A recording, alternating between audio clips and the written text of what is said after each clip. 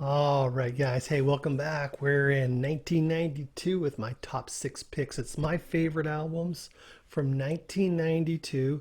Of course, they may not be your favorite albums, but they're definitely mine. There's a lot to choose from. Man, music's getting good. I really like this period of time, and you know that I like the 70s and 80s, you know that. But the 90s was good too, man. I had some fun music to listen to, as we all did. Just kind of all over the spectrum. Of course, we're kind of looking at the top 100 type stuff, from that year, not really looking into little subcategories of music genres right now. But we'll get into some of that later. But I'm super excited. I did mention that I'm going to change my name from All Music because there's apparently a music review company that's on the internet called All Music. I didn't really realize it. When I searched YouTube for names, there nothing came up. So they're not really much of a YouTube presence, but they're pretty big presence on the web. So if you have any suggestions for a new name for my channel, maybe I'll just call it Todd Ledbetter. I don't know. My hat looks crooked. Oh, there we go. I've had this hat for about 40 years. Let's see. I'm 56. Now probably like around 30, 38 years. It's one of my faves. Anyways, 1992, super good year. Oh yeah, in the comments, help me with a new name or what you think about that. So let's get started with my number six pick for 1992, and it's a rocker for sure. And we're gonna go with the Black Crowes, Southern Harmony and Musical Companion. For those of you that just like the straight on rock and roll with excellent musicianship and playing and tremendous vocals, this is for you. It's pretty big. Thorn in My Pride, Remedy was big. Some really great songs on this album, and just overall, just a great sounding album. I love the production of it and just the vibe that it gave off. It was just a super good rock and roll album, and I enjoy it very much to this day. So that's my number six for 1992. And then let's get over to number five. Yeah, another one of my favorite bands, uh, and another great album from them. Getting more and more poppy as their career goes on, somewhat. But it's The Cure, Wish. They had some great songs on this: Open, High, Apart. Uh, let's see, Friday, I'm in Love. That's probably like their biggest hit off of this very poppy song. But I don't know, just I love their deep, dark, depressing time, in the early 80s and through the 80s, and then I like their poppy stuff too. It's just something about it that's cool. I like The Cure. That's kind of what we all need, isn't it? The Cure. Um, so that's my number five. I don't know. I don't know. Let me know if you guys like The Cure as much as I do. I'm not really sure. Like my handful of friends that I hung around with back then in the day, we all love The Cure. But I'm kind of curious to know if you guys like them too. Leave that down in the comments below and let me know what you think of The Cure. Um, my number five pick for 1992. So number four is another great album, Sublime, 40 Ounces to Freedom. Little reggae alternative sort of deal going on, but very cool songs. I played a number of these songs over the years in my bands, but enjoyed it very much. Super great album, and I think we all liked him. And I forget the lead singer's name, but another tragic loss there as far as that goes. Actually, I got a couple of ooh. Actually, there's oh my gosh, so there's three tragic lead singer losses in this pick. That is amazing. Wow, three deaths of the lead singers in my 1992 top picks. So first one is whatever that whatever actually, and I got a there's also a couple of runner-ups too that I want to talk about, and there's another one in there too that I'm not thinking about. Oh, that's crazy, sad. Um, yeah, so that was Sublime was number three. Let's go with my number four. Um, let's see, I'm kind of all over the place here. Let me fix this. Yeah, that's a lot of just that was a weird time. Wasn't that a weird time? Just all the deaths from these bands that were popping up. It's crazy. Crazy that people drugs mostly. That's what's sad about it. Hardcore drugs. Yeah, so three is Peter Gabriel. Still on my Peter Gabriel kick. I've liked him, since Genesis in the early '70s, and liked his solo albums. And they got progressively better to me, and then they got to where after this album I kind of fell away a little bit as far as following his career as far as solo albums. But I listen to this a lot. Kiss That Frog, Digging in the Dirt, Wishing for the Water, Only Us, Stream. Just Blood of Eden is a great song. Um, I think this might have been the one that Sinead O'Connor did a lot of singing in. I don't really recall, but I think that might be the case. Um, as far as how I've mentioned that he has like a lot of female vocals he'll feature in the entire album. Not like a lot of different ones in the album, but he'd pick one, and I think she was the one that sang on this album quite a bit. So that's Peter Gabriel's Us. Okay, Rock, that's enough. Hi, buddy. You're a good guard dog. You're a good boy. Lay down. I'm almost done. He's such a good boy. He's looking right out the window at the front porch, and the mailman's kind of cruising around town, and the neighbor's rattling his keys and stuff. So he's just being a good boy. All right, so that brings us to where we at number two.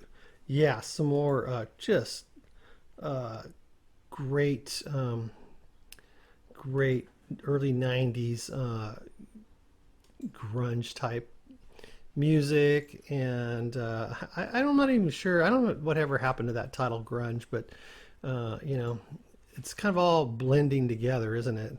At the time you could kind of identify it, but it's just great rock and roll. Stone Temple Pilots, the core album is freaking awesome. Dead and Bloated, oh gosh, what a great song to start off with. Sex Type Thing, Wicked Garden, all those songs are great. No Memory, Sin, Naked Sunday, Creep, Piece of Pie, Plush was a huge hit. So yeah, very very cool album. I still love Stone Temple Pilots. And another tragic loss. Lead singer, just crazy.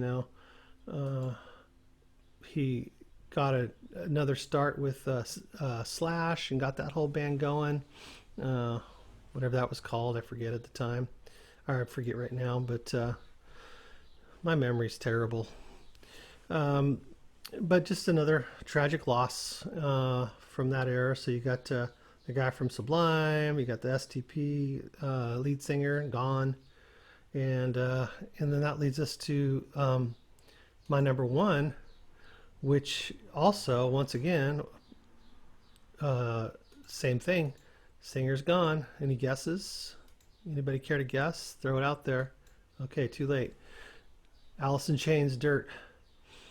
Great. Oh my gosh, this thing, Them Bones, it starts off with just that and just crazy good, just like takes off, man. Uh, all these songs, Down in a Hole, Sick Man, Rooster, Dirt, oh, Angry Chair, Wood. These are great. So I don't know, man. When I first heard Alice in Chains, I didn't really. I knew I liked it, but it would be just that vocal style and those harmonies would kind of like grate on me. That's harsh. I know that's harsh. It would kind of grate on me. But the more I listened to them, the more I started to understand what was going on, and the more I loved it. And they were very unique in their vocal harmony styles and their musical abilities. And what is it, Jerry Cantner, the guitar player. He is just a magical, amazing guitar player. Really love the riffs that he comes up with and the songs that he creates, and just in his harmony style, super great. Now he's singing lead vocals with his other new guitarist, and they got a new album out, and sounds good too. Kind of in the same vein, everything's kind of the same. But very, very talented band, and they're my number one pick, Alice in Chains, for in their Dirt album for 1992. So that's Black Crowes, the Southern Harmony, and the Musical Companion is number 6. The Cure, Wish, a little more poppy for the Cure, but I mean they've been getting more poppy. Great, loved it. Sublime's 40 Ounces to Freedom is 4. Peter Gabriel's Us is 3. Stone Temple Pilots Core is 2. And then, of course, Alice in Chains Dirt is number 3. So if you like this video, give me a like. All this stuff helps my video, my channel actually grow. So if there's no interaction, then YouTube's not going to promote me, and I'm just doing this for myself, which is why I'm doing it. But I'm hoping other people will catch on and like it. And maybe you're not into this style of show. There's no music really, because copyrights are really difficult to get around. Some people do it and they've got it figured out. I don't quite have it figured out. I get copyright blasted the second I upload something with music on it, and I can't post my video. And also when I try to do an alternative like Vimeo or Vimo or whatever that is, I uploaded one video and they canceled my subscription. They canceled me just. And yet there's a lot of people that do it. I just don't get it. I haven't figured it out. But I don't really mind not playing the music. I just like to talk about the music, and we can all listen to it on our own time. You don't have to sit here and look at me while we're listening to music. That's not really what this channel is all about. I just want to talk about the music and maybe remind you of some music that's been great in your life and you haven't heard for a while. And then you can go back and listen to it when you're free and check it out. And you just kind of little reminders. Oh yeah, that is a good album. Or I've never heard of those guys. What's Todd talking about? And maybe I'll listen to it, and that would be cool too. Remember to subscribe, please. I sure appreciate it. Click the notification bell. Give me your opinion. What do you think of this list? I think grunge is here for a few years. I told the story once that I was working in my wood shop and I was building custom furniture for a number of years, and I would just listen to the radio, and I just thought to myself, wow, grunge music is like the best music ever. I was so into it at the time. But like I've said also before, is that not all grunge music stood the test of time. But I wanted to tell you about a couple of the other, there's like Rage Against the Machine, and then there's let's see, Faith No More. Where's the let's see, Dream Theater. Dream Theater is a band that I'm kind of just now getting into. I know people have loved them, and for me, that like a progressive rock enthusiast, Dream Theater's a really good band for that. And they have just a bazillion albums, but I just haven't spent the time. I have listened to some, but not a lot. So these are some of the other bands that are in 1992. You got like the Lemonheads. But here's the other one that I was telling you about earlier, is another great album. Probably would definitely be my top 10, but it was the Blind Melon album. Really remember that one? Just the self-titled Blind Melon. And once again, that lead singer is gone as well. So that band tragically just kind of ended. They tried.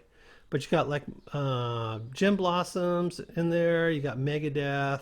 Soul Asylum. I've never liked Soul Asylum. They had like one song that was okay. But I tried. I had a couple albums and just couldn't like them. Screaming Trees I couldn't like either. There's a Bon Jovi, Keeping the Faith, Bare Naked Ladies, AC/DC Live. So there's a lot to choose from and a lot of good stuff. Fish. Remember Uncle Kid Joe? They were trying to get the Santa Barbara bands going. And that was one of them that had like a couple of little hits there, and Dishwalla, and then quite a number of other ones too. I'm trying to think of the kind of the bigger one off the top of my head. I'm kind of forgetting, but I talk to the bass player all the time. He comes in my work, and I'm drawing a blank on his name, of course, as I do. Def Leppard, Adrenalize, another good album.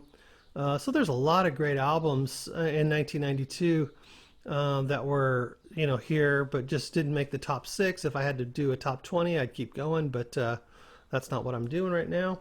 But I do want to kind of make mention of them.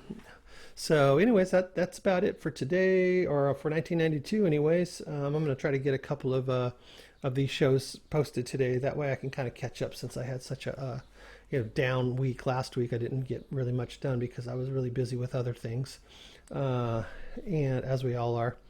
So I try not to let that happen again. I want to try to keep posting every day because it's just good for the YouTube algorithm as well. So I'm trying to do everything I can to kind of get this channel up and running. That's why your participation helps a lot. So anyways, thanks a lot, guys. I appreciate it. And we will see you in 1993. Bye-bye.